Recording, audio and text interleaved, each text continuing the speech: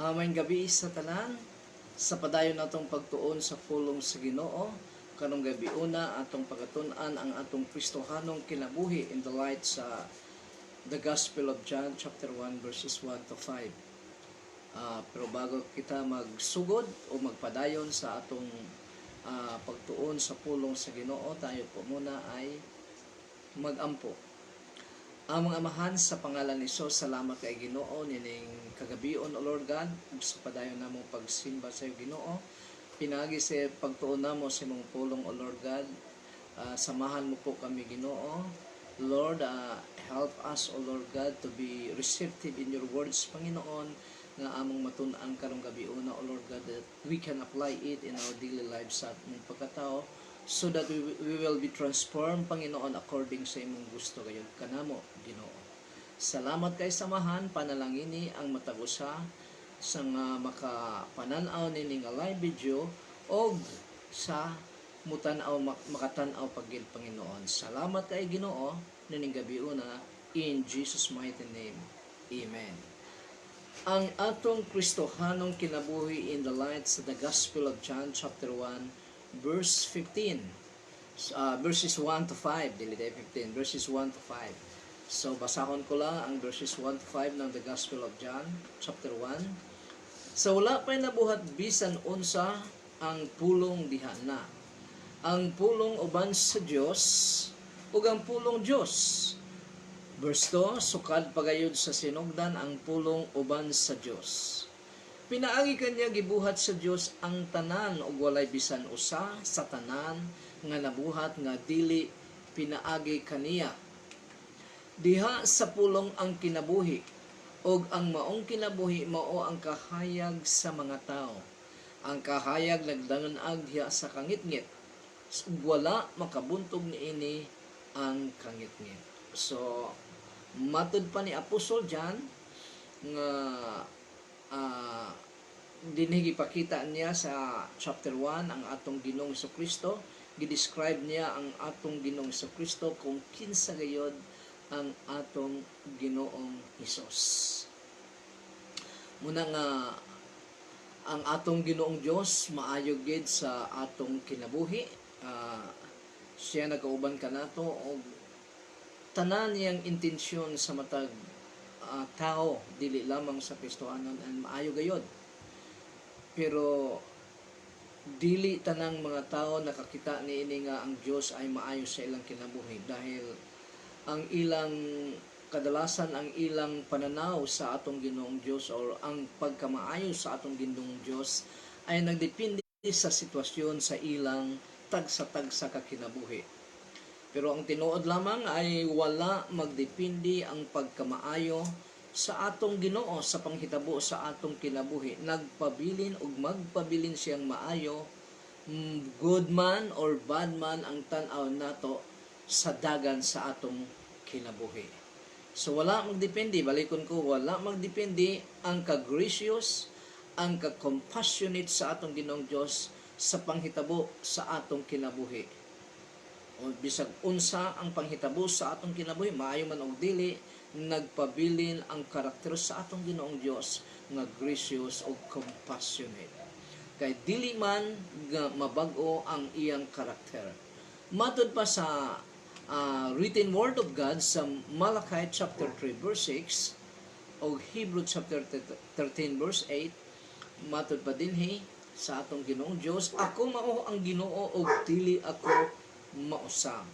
Siya daw ang Ginoo, wala siya pagkabago. Busa kamong mga kaliwat ni Jacob, wala pagayod mapuo. So dinhi sa verse 6 ay gipakita niya nga bisan ang mga Israelita nga kaliwat ni Jacob ay wala mosunod sa iya, rebellious nga mga tao, nagasupak sa iyang kabubuton, pero dili sila mapuong tanan. Silutan sila sa atong Ginoong Dios, pero doon magpabilin kanila mo nang gingo din nga wala pagayod mapuo. Sa Hebrew chapter 13 verse 8 mo ning giingon sa atong Ginoong Dios through the human author of the book of Hebrew, si Jesucristo mao gihapon kagahapon, karon og sa walay katapusan. Jesus Christ is the same yesterday, today, and forever. So mauna ang gihulagway sa atong Ginoong Dios ngadto sa atong Ginoong Kristo. Kung tan-awon nato sa atong side, unsa ba ang hulagway sa pagsulod nato sa atong Ginoong Dios, ay makita nato kini nga kung ikaw ay mituo sa atong Ginoong Dios, ang atong Ginoong Dios o ang atong Ginoong Kristo, siya ang source sa atong kinabuhi. Gihimo kung siya ang source sa atong kinabuhi, dahil maumang kana ang giingon sa iyang written word, ang pangutana dayon sa atong response, gihimo ba nato siyang or gihimo mo ba siyang Ginoo og tag-iya sa imong pagkatao? Gihimo mo ba siyang busing og source sa imong life, isip, iyang binuhat? Ikaduhang pangutana, kinsa ba ang Ginoo sa imong kinabuhi o sa atong Kristohanong kinabuhi? Kinsa ba? Paano ba mahulagway nato ang atong Ginoong Dios sa atong tagsa-tagsa ka pagkatao o sa kinabuhi? Siya ang Ginoo sa atong pagkatao. Matod pa sa John chapter 1 verses 1 to 2, tan-aw nato ni ang unang-unang passage nga sa John chapter 1. Matod pa dinhi, in the beginning was the Word. So kining word dinhi, sige ko kini ibalik-balik nga kining word dinhi mao kini ang atong Ginoong Hesukristo. John chapter 1 verse 1, in the beginning was the Word, and the Word was with God, and the Word was fully God. So ang pulong daw ay kauban sa atong Ginoong Dios, ug ang pulong ay Dios. Verse 2, the Word was with God in the beginning. So kining pulong nga pag-abot sa verse 14, nagpakatao mao nga atong Ginoong Kristo ay kauban sa Dios sa sinugdanan pa lang. Wala pa gani ang sinugdanan, kauban na sa atong Ginoong Dios si Jesus Christ. So verses 1 and 2 ng John chapter 1, ang Ginoong Hesus bisan wala pa ang sinugdanan, siya Dios na. Kauban na siya sa Dios Amahan. Nagpakatao siya, mao kanang ang tawag sa iya anak sa Dios.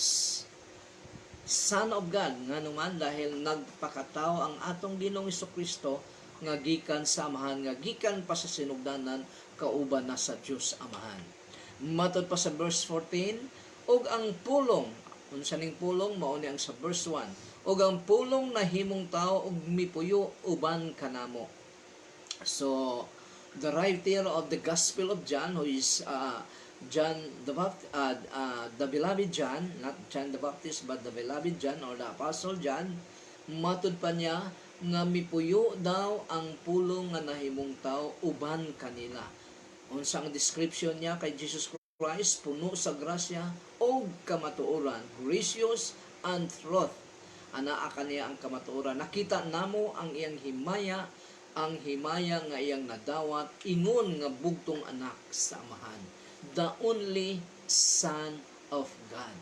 So pag sinabing sa the Gospel of John, sa pag sinabing si Jesus Christ nga Son of God or the only Son of God nga title ni Jesus Christ, kana ay nag-point out sa iyang divinity, sa iyang pagka-Diyos sa the Gospel of John. Muna ang pananaw ni Apostle John sa atong Ginoong Kristo as Son of God, siya ay Diyos nga nagpakatao.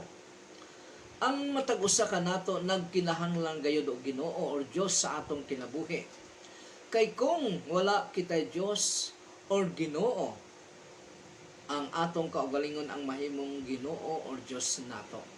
Siya ang mahimong Ginoo o atong Diyos sa atong kinabuhi, dahil kita man ang masunod sa atong kinabuhi, kita man ang busing. Pero kung ang atong Ginoo, ang atong Ginoong Kristo mao ang atong Ginoo sa atong kinabuhi, nagpasabot nga siya ang busing, siya ang masunod sa atong tagsa-tagsa kapagkatao. Kumusta si maayong pagbananaw ni Alving Habas nga ato sa Davao? Maayong gabi lang Alving, sa silingan namo ni sa Bukidnon sa una, sa lingating baong ng Bukidnon, way back 1980s. Og si Paul Makahilos, who is watching in my side, nakakatabi lang ako. So muna nga ah, kinahanglan gid nga ang Ginoong Kristo ang atong Ginoong Dios mao ang busing sa atong kinabuhi para dili kita mismo ang mahimong Dios or Ginoo sa atong kinabuhi na kung unsa man ang gusto nato mao gayud ang masunod kay kita man ang busing. Halos tanang tao mituo nga dunay Dios. Pero taman ra sila sa pagtuo apan wala nila himua ang Dios nga Ginoo sa ilang kaugalingon. Gatawag sila Ginoo pero dili sila gasunod sa kabubuton sa Ginoo nga nahisulat sa iyang written word diha sa Biblia. Mituo sila nga dunay Ginoo pero tuo-tuo lang. Nga naman dahil wala nila sunda ang kagustuhan sa atong Ginoong Dios sa ilang pagkatao. Sila lagi hapon ang Dios sa ilang kaugalingon, sila ang busing sa ilang kaugalingon. Kung unsay gusto nila bisag taliwas pa kini sa kagustuhan sa Dios nga ilang gituohan, ila kining buhaton even if it is contrary to the will of God. Ila kining buhaton nga naman dahil tuo-tuo lang ang ilang gibuhat. Unsa bay buti pasabot sa Ginoo. So atong i-define kini karon ang mga basic nga pagtulon-an sa Kristohanong pagtulon-an. Unsa ba ang buti pasabot sa Ginoo? Ang buti pasabot sa Ginoo mao ang imong senior, busing, amo, master. Mao kini ang pipila ka mga kahulugan sa word nga Ginoo. Mao nga kung si Jesus ang imong Ginoo sa imong kinabuhi, siya ang imong busing, amo o uban pa nga nabanggit ko kanina. Master of your soul, master of yourself, busing, amo. Sumuo na siya. Sumuo nang giingon ni Jesus Christ sa Matthew chapter 7 nga sa ulahing mga panahon daghan ang moingon kanako nga Ginoo, Ginoo. Pero unsay akong iingon sa kanila, wala ako makaila kaninyo nagabuhat sa kasalanan o wala makabuhat sa kabubuton sa atong Ginoong Dios. Pero kung dili si Jesus ang Ginoo sa imong pagkatao, buti pasabot ikaw ang gakasunod sa imong kaugalingon og dili siya. Kung unsa ang sugo niya, dili mo na pakasundon, tsamba lang kung masunod mo kini, kay ikaw man ang busing sa imong kaugalingon. Pero kung si Jesus ang atong Ginoo, maghali ka nato ang Espiritu Santo og makita sa atong kaugalingon ang resulta niini. Makita sa atong kaugalingon ang bunga sa Espiritu Santo nga makita sa atong kaugalingon. Matod pa sa Galatians chapter 5 verses 22 to 23, Galatians chapter 5 verses 22 to 23, mauni ang giingon sa written word of God. Apan ang Espiritu, ang banal na Espiritu, apan ang Espiritu naghatag sa gugma. Unsay produkto sa banal na Espiritu kung anaa kini sa usa ka Kristohanon, naghatag kini sa gugma. Dunay gugma, kalipay. So dunay kalipay taliwala sa unsa mang sitwasyon sa kinabuhi. Dunay kalinaw unsa mang sitwasyon sa kinabuhi, there is peace of mind, peace of heart.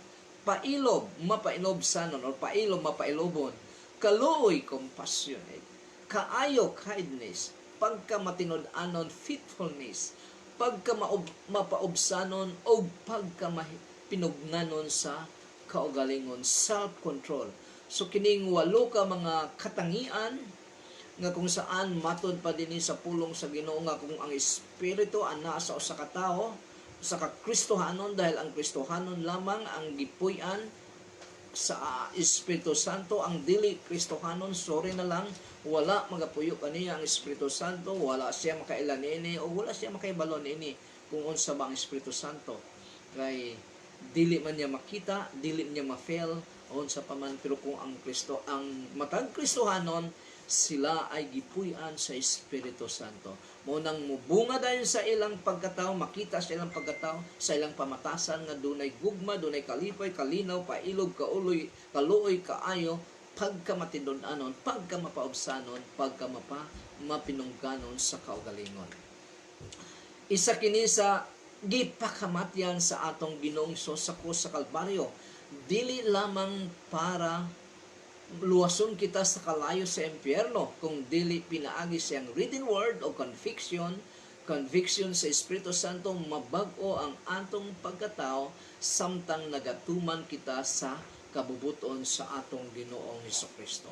Mao na nga sa atong pamatasan, makita dahil itong gibanggit ganina sa Galatians chapter 5 verses 22 to 23.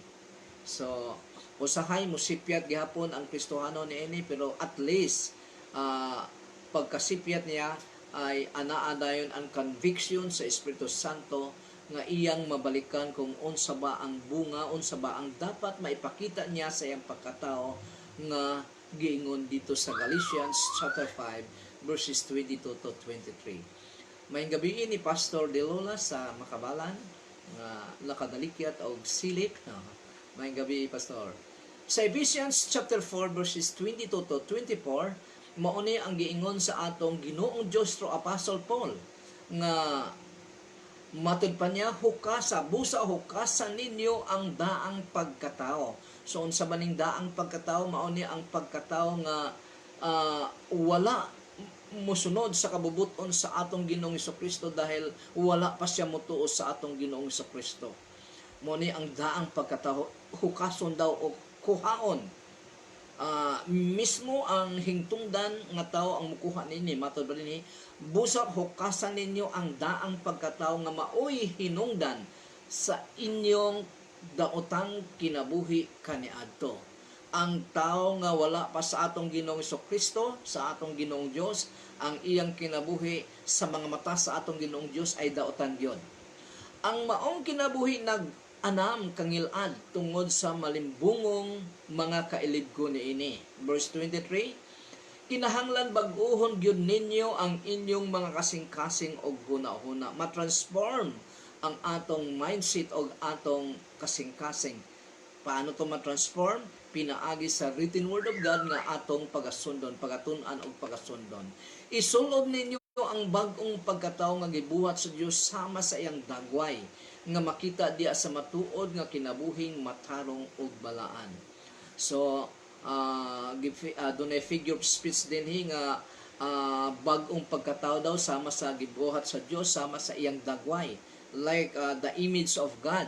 Pero ang image of God ay gihubad usab ni Apostol Paul nga makita daw diha sa matuod nga kinabuhing matarong og balaan. So kinabuhing submissive gayod sa atong Ginoong Hesukristo through His written word.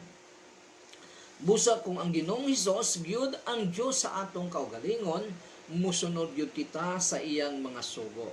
Tungod kay dili lamang giluwas o gibag-o niya kita, kung dili ang tanan nga anaa kanato gikan pagyud sa iya. He is the source of all that we have. Munang wala kita pwedeng ipagpanghinambog sa kanino man dahil piniyalan lamang kita, dahil ang tanan nga ania kanato gikan man sa atong Ginoong Dios bisan ang atong kusog. So kinsa ba ang Ginoo sa atong Kristohanong kinabuhi? So matod pa sa John chapter 1 verse 3, siya ang atong mangbubuhat sa tanang tao. Ang atong Ginoong Dios, ang atong Ginoong Hesukristo ang mangbubuhat kanato.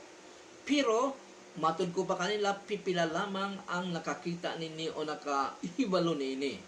Matod pa sa John chapter 1 verse 3, pinaagi kaniya, so kinsa man kining kaniya, pinaagi kaniya si Jesus Christ. Pinaagi kay Jesus Christ, gibuhat sa Dios ang tanan ug walay bisan usa sa tanan nga nabuhat nga dili pinaagi kay Jesus Christ. John chapter 1 verse 3. So without Jesus Christ, walay creation nga nahitabo or mahitabo nga gihimo sa atong Ginoong Dios. Kay pinaagi man kay Jesus Christ na nga buhat ang tanan sa langit man ug sa yuta.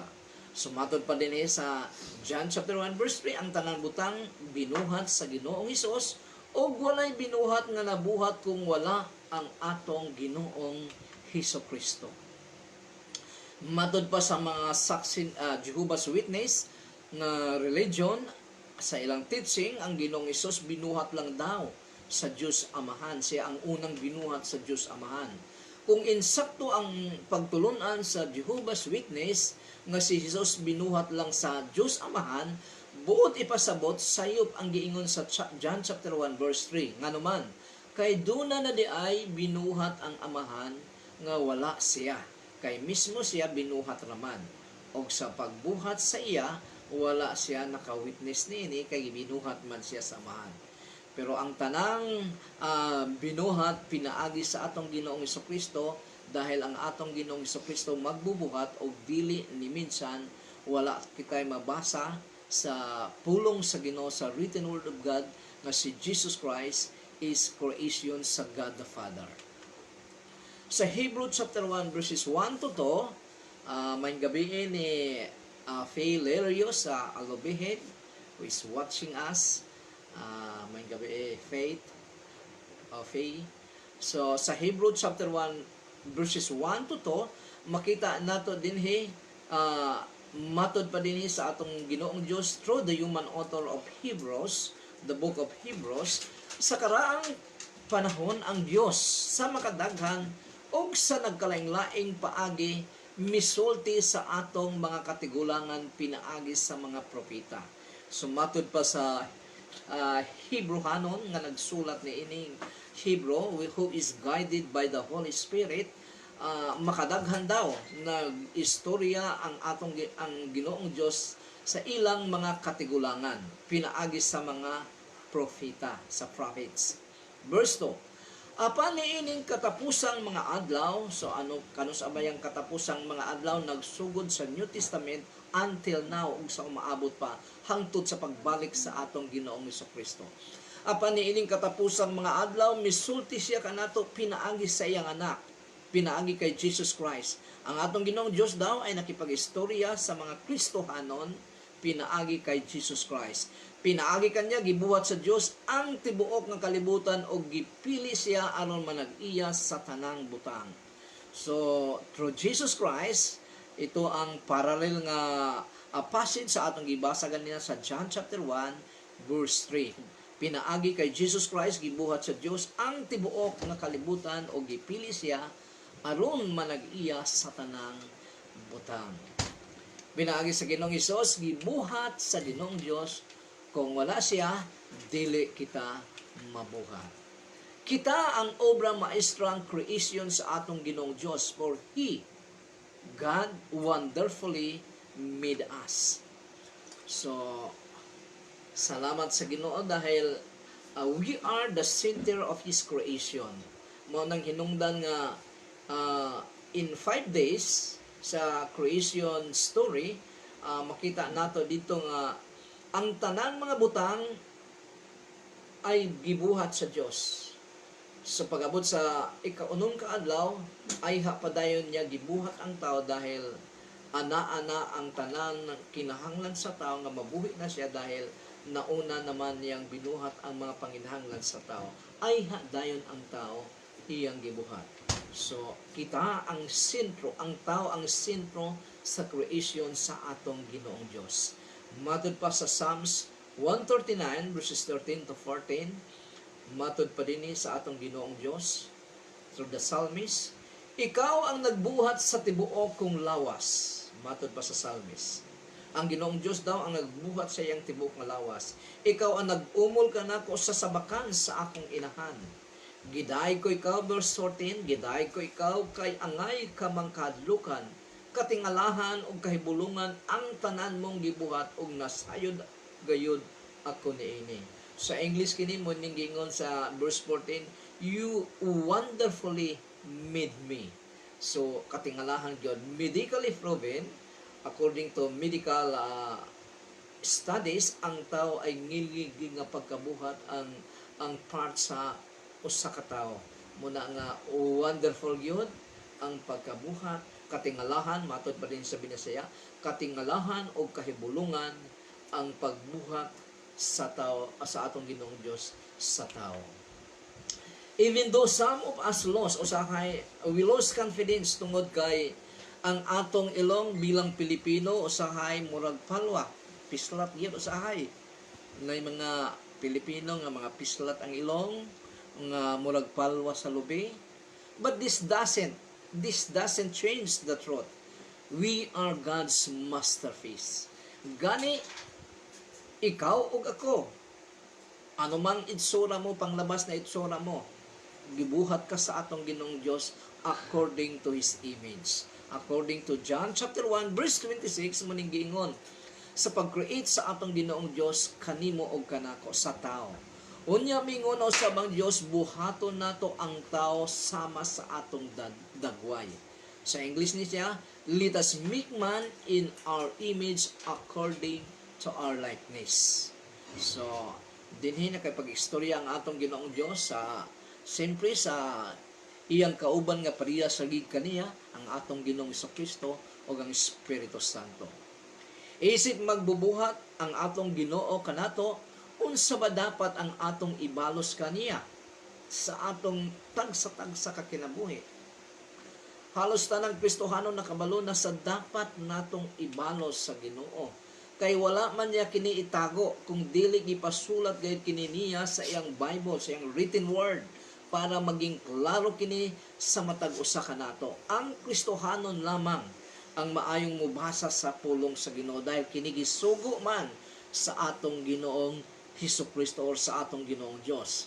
Halimbawa, matud pa sa Joshua chapter 1 verse 8, matud pa niya dito, this part of the law or the written word of God in the Old Testament, this part of the law shall not depart from your mouth. You shall meditate on it day and night, so that you may be careful to do everything written in it. Then you will be prosperous and successful. So, bakit i-meditate nato ang pulong sa Ginoo? Bakit tun-an nato ang pulong sa Ginoo? Para watchful kita, careful kita nga magasunod ni ini to do everything written in it. Ay na dahil mo sunod ang panalangin. Then you will be prosperous and successful according to the God's point of view nga iyang success o iyang prosperity. You will be prosperous and successful. Dili mata sa kalibutan kung dili sa mga mata sa atong Ginoong Dios, sa mga mata sa mature nga mga Kristohanon. Mao kanang gimanduan gyud niya ang matag-usa kanato nga basahon ang iyang Bible para dili kita mahimong ignorante sa iyang gustong ipabuhat kanato. So basahon ko ani aday dinhi ang Joshua chapter 1 verse 8, ayaw gayud kalimti ang basahon sa balaod. Joshua chapter 1 verse 8. Kinahanglan nga tun-an mo kini adlaw o gabi ug magkinabuhi sumala sa tanang nahasulat niini og magmauswagon ka. So lami pamatian dinhi ang magmauswagon ka. Pero ang magmauswagon dinhi is according sa point of view, according sa mga mata sa atong Ginoong Dios.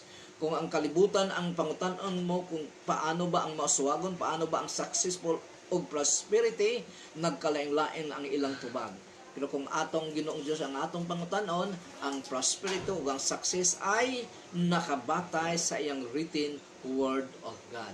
So mayong gabi ni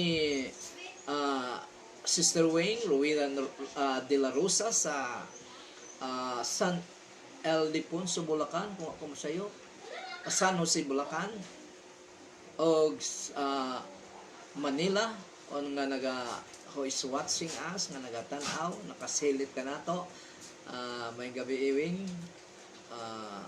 way back more than 20 years ago, kauban ako sa ministry dito sa Novaliches, Quezon City. Idili sa Dagok,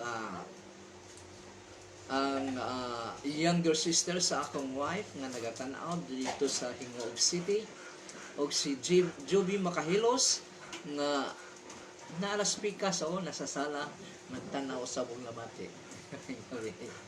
So mo ni gitudloan o gisugog gyud ang matag Kristohanon nga tun-an ang iyang pulong according to Joshua chapter 1 verse 8.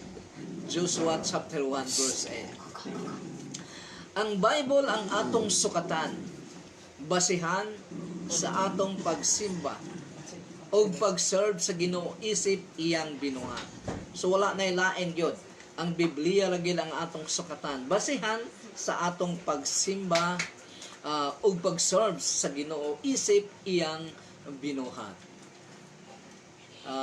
Si Sir Rolando Manuel, isa sa mga disciples sa mga pastor, labi na gid sa amo, dinis Cagayan de Oro, nakasilip, o is watching us from Manila.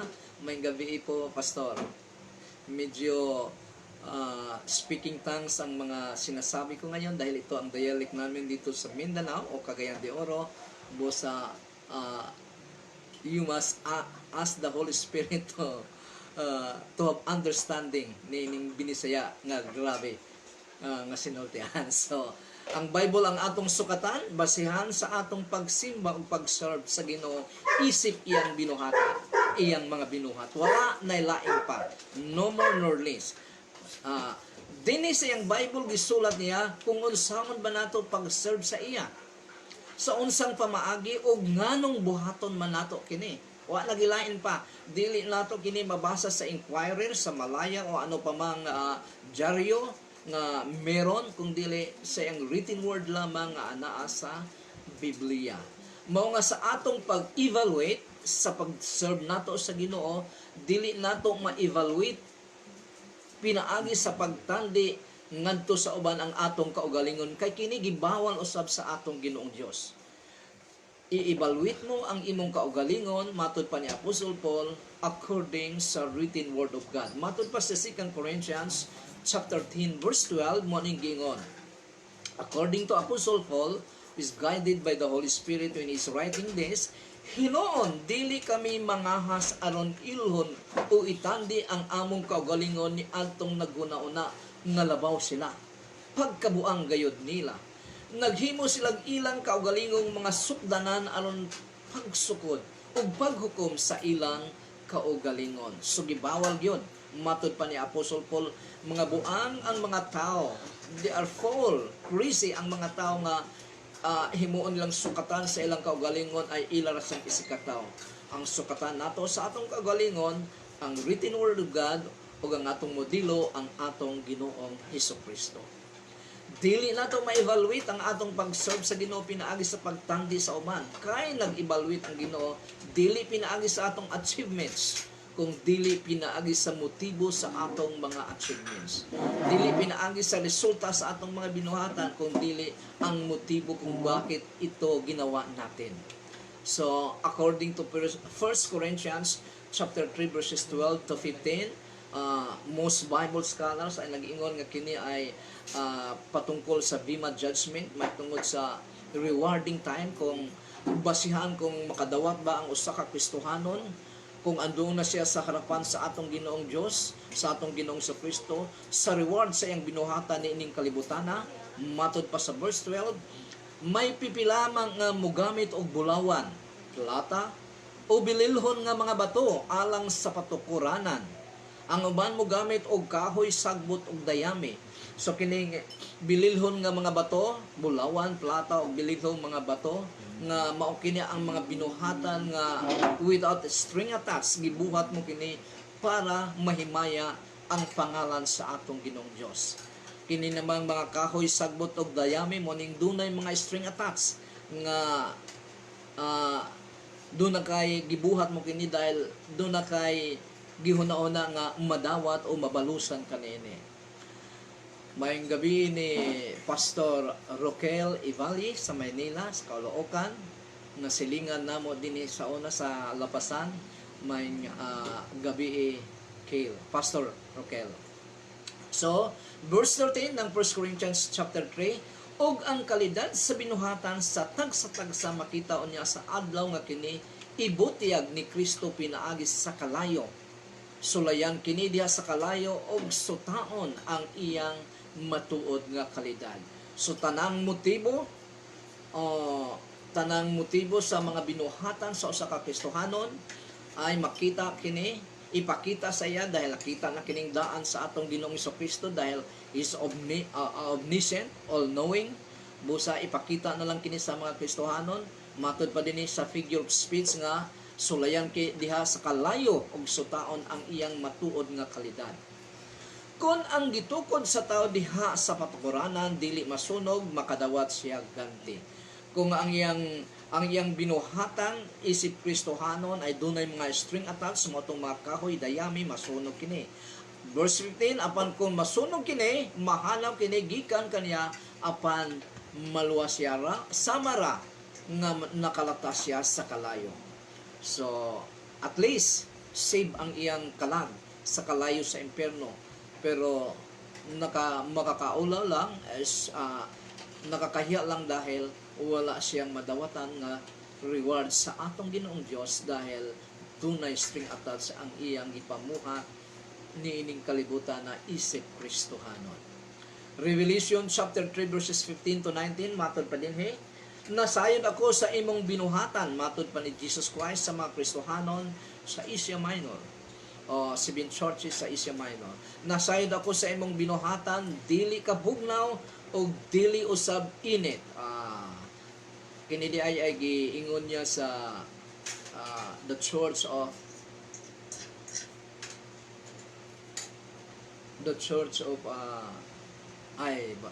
yung sa chapter 20 nakalimot ko. So matod ba niya dinhi, nasayod ako sa imong binuhatan, dili ka bugnaw o dili usab init. Gusto ko unta nga bugnaw ka na lang gayod o init ba hinuon. Apan tungod kay ikaw ay init-init man lang, dili gayud init o dili usab bugnaw, iluwa ko ikaw sumaligamgam. Nangiyon ka, dato ako og maayong pagkabutang og walay nagkulang kanako. Apan wala ka ba masayod nga alaot og makaluluoy ka kaayo, kabus ka hubo og buta. So kining church of nalimtan ko basta sa Revelation chapter 3 verse maingon na sa verse 20. So kining nga church ay matod pa nila sa ilang kaugalingon nga sila daw ay rich, dato, dako ang kakayahan, pero sa mga mata sa atong Ginoong Jesucristo sila ay kabus ug gubo. Sa mga mata sa kalibutan sila ay kusgan, sila ay dako, sila ay sapian nga mga simbahan. Pero contrary sa point of view or sa mga mata sa atong Ginoong Jesucristo. Verse 18, busa tambagan ko ikaw sa pagpalit, gikan kanako og bulawan nga nilunsay pinaagis sa kalayo aron ka madato. Pagpalito sa bugbisting puti nga isulob mo aron kabatunan mo ang imong makaulang pagkahubo.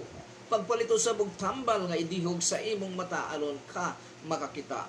Gibadlong o gikastigo nako ang tanan nga akong gihigugma busa pag matinud-anon o hinulsuli ang imong mga sala. So kini warning sa mga Kristohanon who are very confident sa ilang kaugalingon dahil mayaman sila, dahil parang hindi na nila kailangan ang ating Panginoong Diyos, dahil kayang-kaya nilang gawin ang gusto nila, dahil they are grabe ng achievement ang ilang nahimo sa ilang kinabuhi as personal na mga Kristohanon or even in big churches. Busa bantay ang ginatan ni dahil dinining higayon na marang proud na kayo kini nga mga Kristohanon dahil nga sila ay grabe na ang ilang advancement sa ilang pagka-Kristohanon. Pero sa mga mata sa Ginoo, they are nothing. Wala sila sa atong Ginoong Diyos. Bagsak sila. Ang atong viewpoint sa atong achievements dapat pareha sa atong Ginoo, kay ang Ginoo ra ba ang muhusga niini. Dili ang kasimbahanan, dili ang kalibutan, kung dili ang Ginoo mismo. Busa magmadisigon gayod kita og naka-smile kanunay sa atong pagka-Kristohanon. So padayon nga pangutana, kinsa ba ang Ginoo sa atong Kristohanong kinabuhi? Siya ang gigikanan sa atong kinabuhi ug sa tanan nga anak kanato. Fuera lang sa mga daotan natong binuhatan. John chapter 1 verses 4 to 5 muning gingon, diha sa pulong ang kinabuhi ug ang maong kinabuhi mao ang kahayag sa mga tao. Ang kahayag nagdan-ag diha sa kangitngit ug wala makabuntog nini ang kangitngit. So dinhi gi-describe sa atong Ginoong Dios through Apostle John nga ang kangit-ngit dili gayud makabuntog sa kahayag nga mao ang atong Ginoong Hesukristo. Mirong gingon si James chapter 3 verse 17, matod ba dinhi, ang tanang maayo og hingpit nga mga gasa nga gikan sa langit.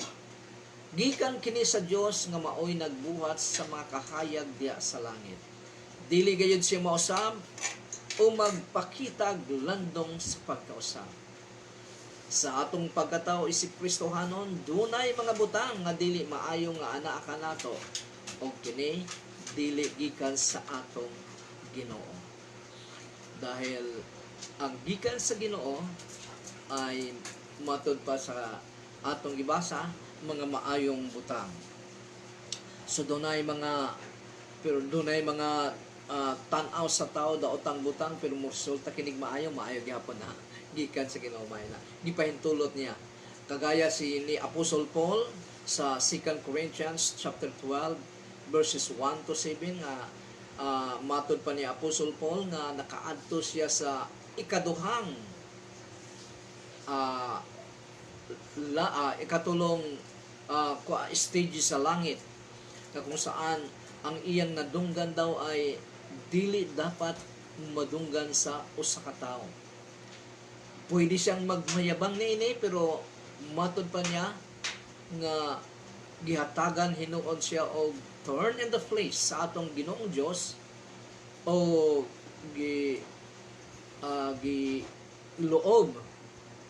giloob sa atong Ginoong Dios nga magkaroon siya ng turn on the flesh gikan sa sayawa para dili siya magmayabang sa revelation nga iyang naangkon gikan sa Ginoo.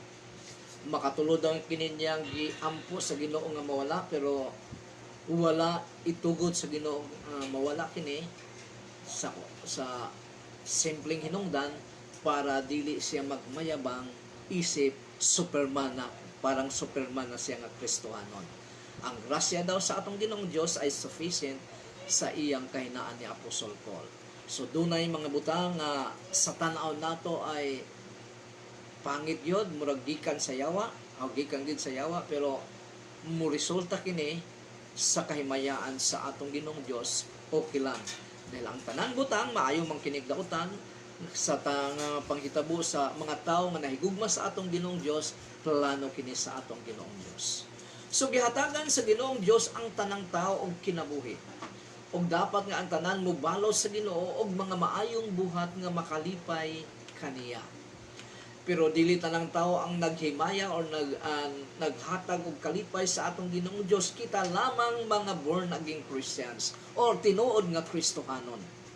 So kining born again Christians ay matod ko pa sa una sa born again teachings ay dili kini religion kung dili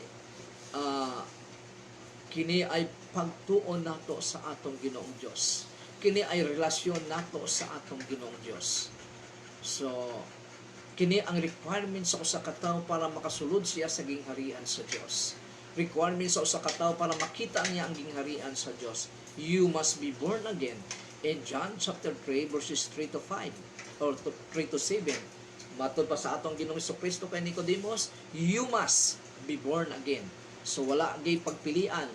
There is no kanang alternative kung dili isa ra gid ma-born again ang usa ka tawo para siya ay makasulod sa gingharian sa Dios.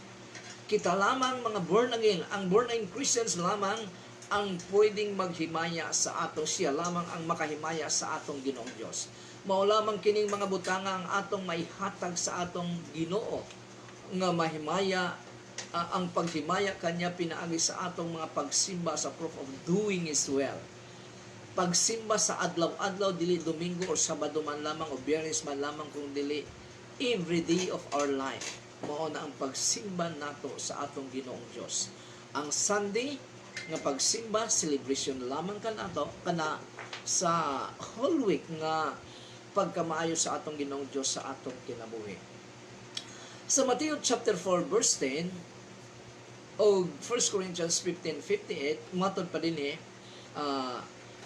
simbaha ang Ginoo nga imong Dios ug siya lamang ang alagari. Matod pa sa atong Ginoong Hesukristo ngadto sa yawa nga tukso kaniya. Busa, verse 58 ng 1 Corinthians, busa mga minamahal kong kaigsuonan, tindog kamo nga ligon og dili matanog pagkugi kamo kanunay sa inyong pag-alagad sa Ginoo kay nasayod kamo nga ang inyong pag-alagad dili gayod makawang. So ang atong pag-alagad sa atong Ginoong Dios kini ay isa sa definition kung sa pagsimba nato sa atong Ginoong Dios. Ang pagsimba nato sa atong Ginoong Dios na define sa atong pag-alagad nato kaniya sa adlaw-adlaw natong kinabuhi. Ani apakita sa yun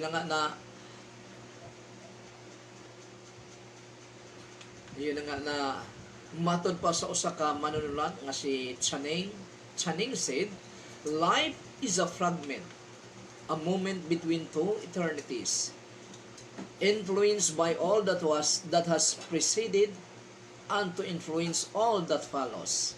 Sumaunang kinabuhi nga ang yun.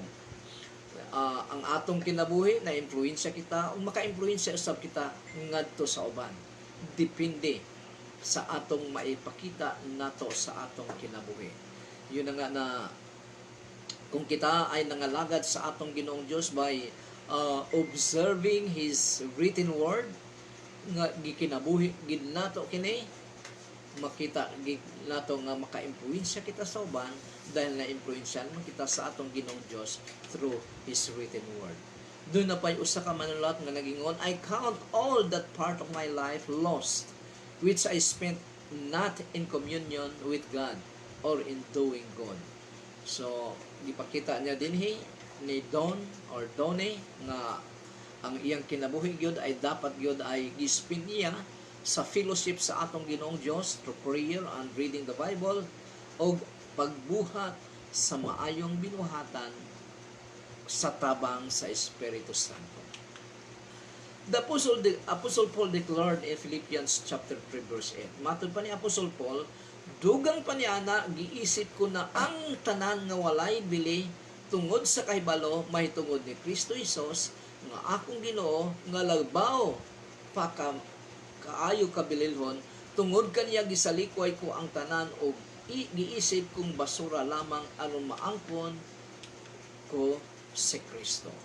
So, ang atong gitun-an karon ay ang atong kinabuhing Kristohanon in the light of the Gospel of John, chapter 1, verses 1 to 5. Kung kinsa ba ang atong Ginoong Hesukristo sa atong Kristohanong kinabuhi. So, sa last passage nga gibasa ko, matod pa ni Apostle Paul, balikon ko, Philippians chapter 3 verse 8, dugang paninig, giisip ko nga ang tanan nga walay bili, ang tanan nga walay bili o ang tanan walay bili tungod sa kahibalo mahitungod ni Kristo Jesus nga akong Ginoo nga labaw pa kaayo kabililhon. So ang context ni ini ay gipakita ni Apostle Paul nung wala pa siya magkristohanon ang iyang kinabuhi, ang iyang achievements bilang Hudiyo, bilang naa sa religion ng Judaism, na grabe ang iyang achievements, pero tungod sa pagkahimo niyang Kristohanon, gibaliwala niya ang iyang achievements sa kinabuhing sa anaapa siya sa Judaism, kung saan nga parang si Apostle Paul ay abogado. Grabe ang iyang knowledge o inilas siya sa katilingban tungod sa atong Ginoong Hesukristo. Gibaylo niya kini, umatod pa niya dinhi, tungod kaniya, tungod kay Jesus Christ, gisalikway ko ang tanan o giisip kong basura ang iyang achievements sa wala pa siya sa atong Ginoong Hesukristo. Giisip niya kini, gikumpara niya kini nga garbage, basura lamang aron maangkon ko si Kristo.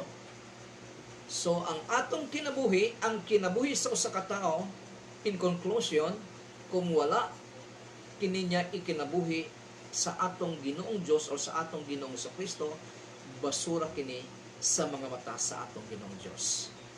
Ang atong kinabuhi nag-exist kita tungod sa atong Ginoong Dios. Busa dapat lamang ang atong kinabuhi ikanabuhi nato ngadto sa atong Ginoong Dios.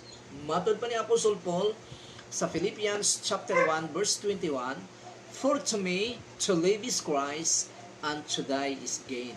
Kung sa ibot ipasabot niya na, kung doon naman kita ang atong kinabuhi, kinahanglan nga ipuyo nato para sa kay Kristo. O kung kita ay kuhaon naman sa atong Ginoong Dios, pakinabang dahil siguradong makauban gid nato ang atong Ginoong Dios. So, dinhi ako nagtatapos sa atong pagtuon sa pulong sa Ginoo karon, isip kinabuhing Kristohanon in the light sa atong Ginoong, in relation diha sa atong Ginoong Kristo. So, salamat sa tanan nga naka dalikyat og tan-aw nining live og sa mga tan-aw pagayon. Ang Ginoo manalangin kaninyong tanan. So, sa uban ko pang gusto nyo pang makita o pananaw ang uban pang mga Kristohanong Christian teachings nga atong ginatudlo din sa Facebook, ay makita mo sa nyo sa kini dito sa YouTube sa akong personal channel, Edwin Makailos. I-search mo lang ang Edwin Makailos o mugawas na diha ang tanan nga ginatudlo nato din sa Facebook mahitungod sa Kristohanong pagtulunan. Salamat sa Ginoo sa gabing ito o kita ay tapusin nato kini sa mga pag-ampo. Among Ginoong Dios, salamat Ginoo nining gabi una sa katatapos namong pagtuon sa imong pulong, O Lord God. Ang pinaka-importante Ginoo nga may apply namo ang among natun-an sa imong written word, Panginoon, so that we will be transformed Ginoo according to your likeness, according to your image, O Lord God, as you plan, Panginoon, sa matag Kristohanon, O Lord God. Without the Holy Spirit, Ginoo, we can do nothing, O Lord God. Busa kinahanglan namong Ginoo ang tabang sa Espiritu Santo sa matag adlaw namong kinabuhi, O Lord God, para mabuhat namo ang imong kabubuton, Ginoo. Salamat, panalangin ni ang matag usa nga nananaw ug magatan-aw pa niini, O Lord God, nga pagtulunan, Panginoon. Bless them, O Lord God, according to their needs, Panginoon, especially the immediate needs, Panginoon, and bless them, O Lord God, according to their faithfulness diya sa iyo, O Lord God. Salamat kayo, Amahan. Salamat kayo, Diyos. May the Lord bless you and keep you. May the Lord make His face shine upon you and be gracious to you. May the Lord lift up His countenance upon you and give you peace. O ang tanang mga anak sa Diyos magaingong Amen and Amen. Mayong gabi sa tanan.